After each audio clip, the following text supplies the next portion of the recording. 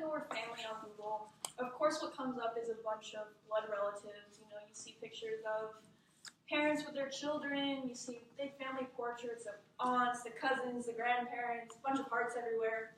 And I mean, I didn't really expect anything different. That is what comes to most people's minds when you say the word family. However, that's not exactly what comes to my mind. This picture is.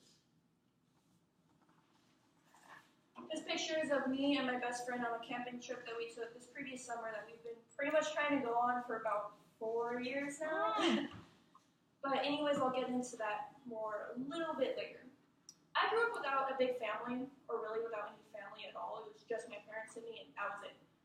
And I got a lot of people who used to tell me, I'm so sorry about that, or I'm sorry that you don't know the love and the bond and the loyalty and whatever else a big family is supposed to be. But in my own way, I kind of do. The main point of this speech that I want to get across to you all is that family doesn't need to be represented by blood. My family is definitely not blood. It's represented by something much different. And to help you understand what I mean by that, I'm going to go over the 3 things that family really means to me. So the first point that I want to make is, as cheesy as it sounds, family really does mean love. That's what comes to most people's mind when you say the word family. And in this picture, it was towards the end of summer, and I was honestly really kind of upset about the summer that I had. I didn't really do much, and I was really uneventful, and I didn't really get to, spend time with my best friend. She was getting ready to leave for university in Chicago. So I was really upset, but somehow she managed to find the time for 3 days to go on this camping trip that we've always wanted to go to, away from the madness and away from her own family. And on that camping trip, I don't know, it sounds cheesy, but I just felt really loved, and I felt like it was a family camping trip in a way, so it meant a lot to me. And so the second point that I want to bring up, I want you all to think about one person that makes you really, really happy. And about 8 out of 10 times when I ask someone that, they say a family member. They say, like, my mom makes me really happy, or a lot of the time I'll get my siblings make me really happy.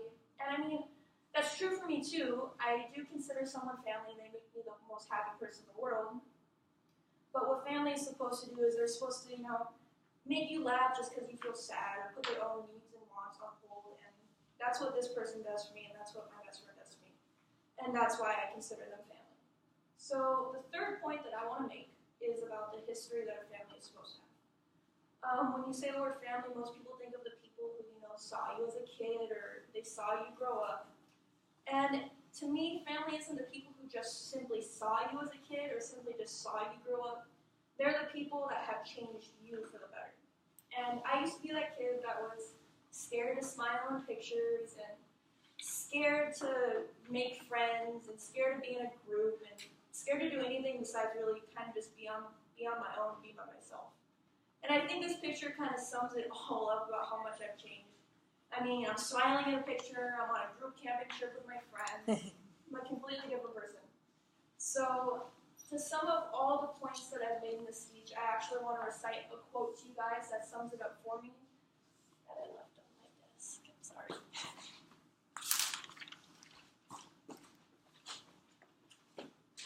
So the quote is this: family isn't blood, it's the people in your life who want you in theirs. The ones who accept you for who you are, the ones who will do anything to see you smile, and who love you.